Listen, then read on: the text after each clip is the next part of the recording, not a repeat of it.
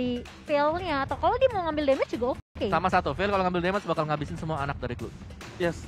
Langsung Spiritnya langsung habis. tar. Itu kena wind blow, windstorm, hilang Sama semua. Windblade-nya langsung Windblade. bocil-bocilnya langsung hilang. Hilang begitu Oh, saja. Alright. Sekarang kita udah melihat draft yang dipick dari kedua belah tim. Opung Wawa, sebelum kita masuk ke arah main game, kamu lebih suka ke draft yang kayak mana? Kalau aku sih pengen lihat Franco menang ya, tapi overall aku suka yang ada Glue-nya. Oke. Momo-chan, Yep. kamu suka ke arah mana? Aku lebih suka untuk Arkehosi karena aku merasa mereka untuk team fight-nya lebih sustain. Plus ada Estes juga. Oke, nampaknya kalau begitu kita bakal menyaksikan apakah kali ini dari Geek Farm dengan Frankie akan membuat tim Arkehosi kesulitan dan bahkan harus melepaskan game kedua ini di tangan Geek Farm, atau bahkan Arkehosi akan mendominasi jalan pertandingan. So, langsung ini dia. Arkehosi versus Geek Farm di MPL ID season yang ke-9. Yep, kita melihat R7 udah cukup low di area bawahnya. 1v1 dengan Miles kali ini. Dan V dengan Iron Hook-nya yang tidak mengenai siapapun dari Arkehosi, namun masih ada Sang Wind Claw dari Clay. Hanya memberikan poke damage aja di menit pertama untuk kedua tim. Wow, dan bahkan bisa aku bilang di sini dari sisi offlanernya, Mavzi mencoba untuk membalaskan keadaan atas seorang R7, tapi dari Frankie mencoba untuk menarik. Apakah di sini buff-nya? Tolong, Pak Produser. Oh, tertarik, ini dia. Berhasil melakukan resetisasi terhadap orange buff yang dimiliki dari Albert. Memiliki sedikit keuntungan atas jungler Geek Farm yang mungkin akan mendapatkan orange buff terlebih dahulu. Iya, ini membuat Albert tentunya harus lebih bersabar lagi. Dapetin buff terlebih dahulu, dan memang efektif ya. Ini Franco dari Renvi setidaknya buying time lagi untuk Albert. Akan farming yang terlebih dahulu, namun Iron Hook yang sudah terbaca oleh Finn bisa dihindari begitu saja. Bahkan Renvi kali ini mencoba untuk melakukan rotasi yang tidak berhenti ke area jungle yang dimiliki Arkehosi. Bahkan kalau kita ngeliat Geek Farm bermain dengan cukup sebenarnya pasif juga sih. Mereka nunggu Iron Hook yang benar-benar connect dari Renvi-nya. Wow. Melihat seperti itu, nampaknya Skylar tidak akan di cover terlalu banyak, lebih direlakan begitu saja, dan Turtle-nya tentunya sudah menuju ke arah lane of down. Renvi is coming bersama dengan Skylar, tapi lihat di depan sana ternyata ada 3 player dan almost Renvi nggak berhasil mendapatkan satu tarikan maut. Skylar flickernya cukup tepat, tapi ternyata Julian bersama dengan kawan-kawan akan ditukar dengan satu buah Turtle dengan King yang tidak berhasil. Masih di tangan Arkehosi keuntungan kali ini, lihat Windblade, dan juga kali ini Renvi masih belum berhasil menarik. Dan kalau aku bilang, King di atas tadi yang terlalu lama membuat kerugian cukup banyak. Ya banyak sih, karena mereka ke delay ya. Mereka gak dapetin objektifnya tadi. Karena waktu si Swan lagi nendang dengan Corrosive Strike-nya, wow, oke.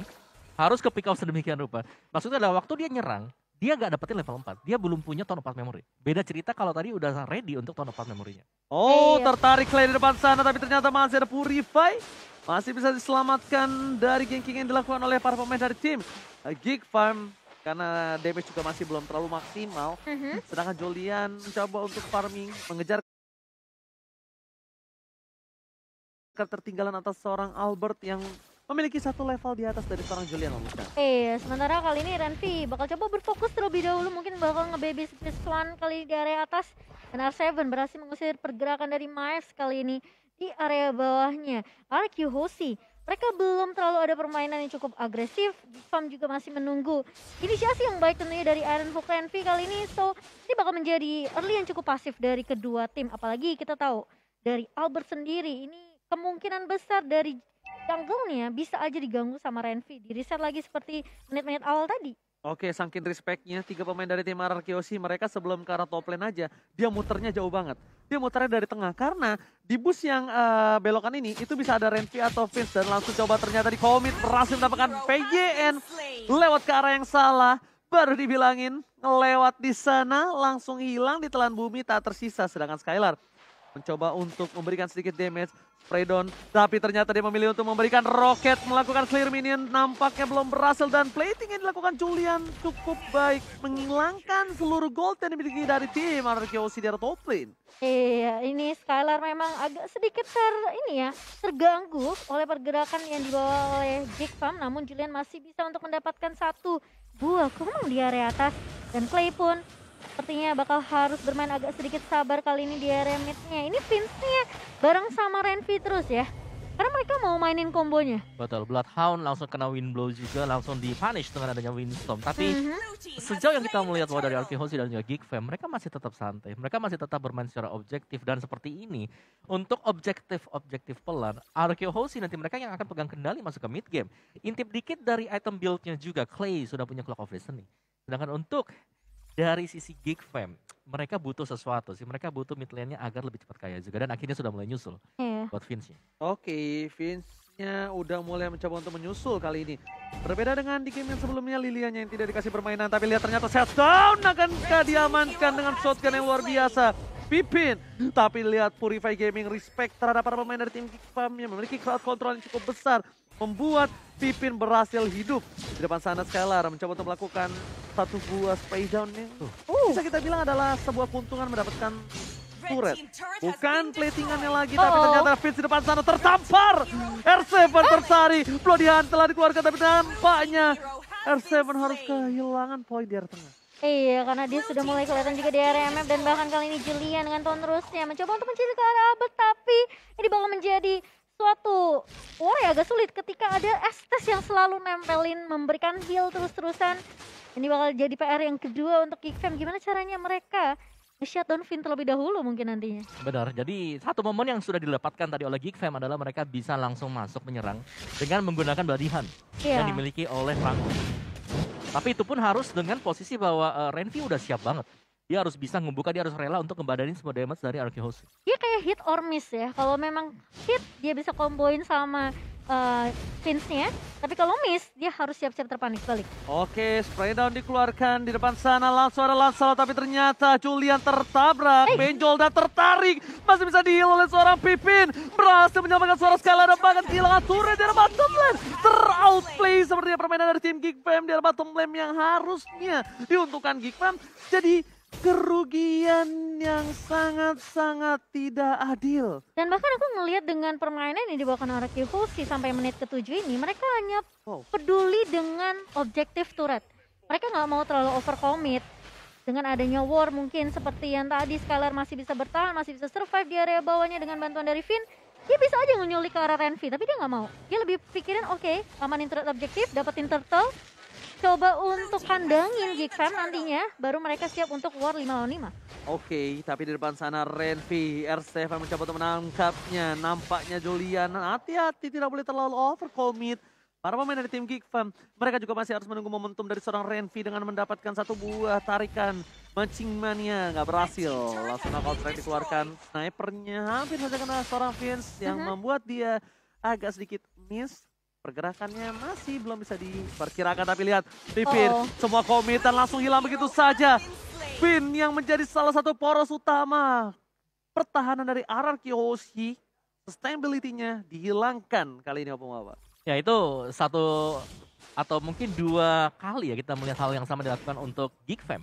Jadi mereka ngebukanya dengan wind blow atau mungkin dengan tarikan Iron Hook yang dimiliki oleh RNV dan kemudian harus dipunish di sana juga. Karena kalau nantinya dari Vin-nya bisa survive, itu pasti akan kembali keadaannya dengan heal-nya. Iya, tapi bakal dikejar begitu saja. 2 damage dari Arkehosi, mereka mau paksain tim fight-nya di area atas kali ini. Dan bahkan juga R7 sudah mulai join the team fight barusan hanya memberikan poke damage aja ke Julian.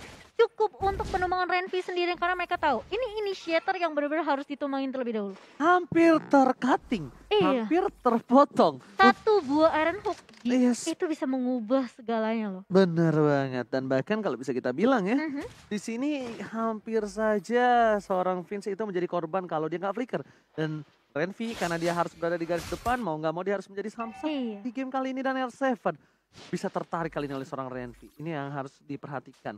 Sedangkan Julian benar-benar dikasih space farming yang sangat-sangat dimaksimalkan, walaupun ini menjadi salah satu space yang sangat kecil menurut aku untuk seorang Lancelot di menit yang ke-9.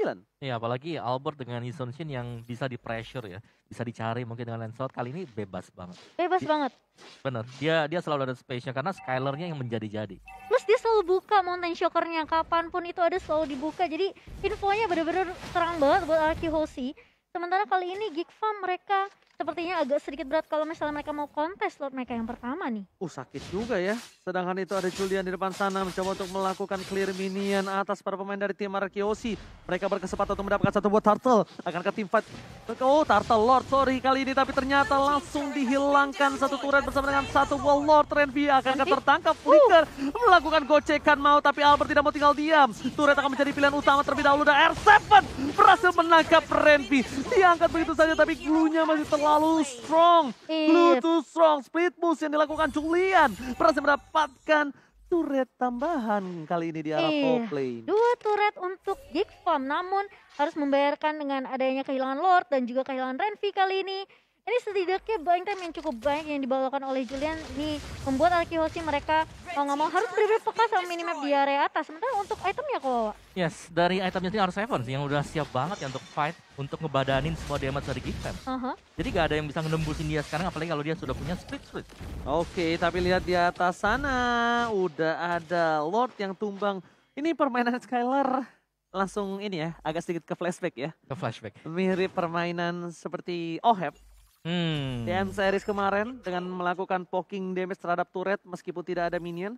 Karena cicil sedikit demi sedikit sangatlah berpengaruh ketika minionnya nanti masuk secara bersamaan. Lama-lama jadi bukit ya. Lama-lama jadi bukitan. Lihat damage yang diberikan Skylar. Oh my god, seperempat darah terakhir.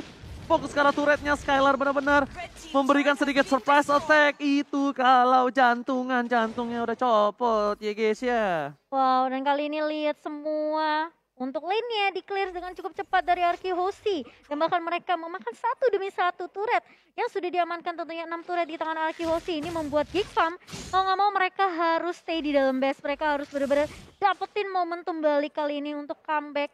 Ini semua bergantung dari Renvi dan juga Vince menurut aku. Karena Julian nggak bisa maju dengan cukup agresif. Ya sebenarnya masih ada Swan juga ya, karena untuk Swan sendiri dari item build-nya di sini dia udah punya damage yang dibutuhkan. Bahkan Wind of Nature sudah disematkan untuk Swan. Tapi perbedaan goldnya cukup jauh sih kok. Lumayan cukup timpang, but it's okay. Tapi kita bakal lihat di mana pemain dari tim Arkeosi pun dengan perbandingan gold yang cukup jauh 7.000 ini. Hampir setengah loh itu. Iya, hampir setengah. Itu Renvi ya. Itu Renvi ya, bukan gold lanernya. Bukan ke arah junglernya. Dan akan ada perebutan di arah purple buff. Nampaknya dari Julian tidak akan dikasih semena-mena dan bahkan Maidzi. Lihat, Maidzi terkena sedikit damage dan tarikan Iron Hook kali ini terhadap satu buah. Purple-nya. Clay. Enggak, no. Clay? Enggak, di tangan Vale. Di tangan Vale, tadi kena Windblade kok. Kan bener kan di tangan Vale? Iya, dia kena Windblade soalnya tadi. Oke, dan Lord yang akan muncul 15 detik lagi di menit yang ke-12 kali ini. Arkeosi mendominasi dengan 7,5 ribu untuk net worth-nya. Ini sepertinya agak sedikit berat untuk Geek Farm. Plus mereka menyisakan inhibitor turret aja. Jadi tentunya kalau misalnya Arkeosi mereka mau langsung straight to the Lord yang kedua kali ini bakal menjadi Lord yang cukup mudah, Oji. Oke, ini bakal lihat langsung terbuka vision dengan cukup jelas. Tapi nampaknya again and again tanpa adanya kontes, tidak bisa masuk terlalu dalam kembali. Para pemain dari tim Geek Farm, mereka harus merelakan dan tarikan dari seorang Renvi masih belum berbuah hasil. Mancing mania belum mantap untuk kali ini, masih menunggu. Dan lihat ini para pemain dari tim Geek Farm, mereka benar-benar fokus untuk melakukan defensif. Karena ini udah masuk ke menit yang ke-12, Lord udah bisa mengamuk, udah bisa ciha. Dan bahkan bisa menumbangkan satu buah turret dengan cukup instan.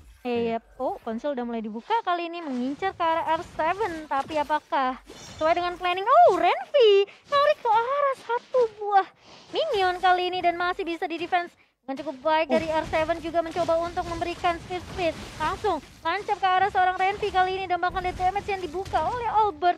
Mereka nggak mau terlalu fokus untuk membagi Renvi terlebih dahulu karena objektif yang dimainkan oleh Arkeosi ini lebih penting menumbangkan inhibitor di area atas. Gak peduli kalau kata Skylar, biarin daripada berantem di arah bottom lane. Yang penting gue dapetin turret 3 inhibitor, tertarik dulunya. Langsung ada Florian, semua combo dikeluarkan. Tapi lihat, damage-nya double kill. Lagi for triple kill. Tapi ternyata di sana Albert taruh tershutdown. Julian tershutdown di sana. Wipe out DCC. Arkeosi berhasil mengamankan 2-0 penuh tanpa balas. Wow, 14 menit untuk di game yang kedua dan bahkan wipe out yang didapatkan oleh RRQ Hoshi. Melihat permainan yang lebih mendominasi aku bilang di game kedua, karena aku merasa meskipun dari Renvi-nya ya udah coba untuk ngegangguin jungle, Benar.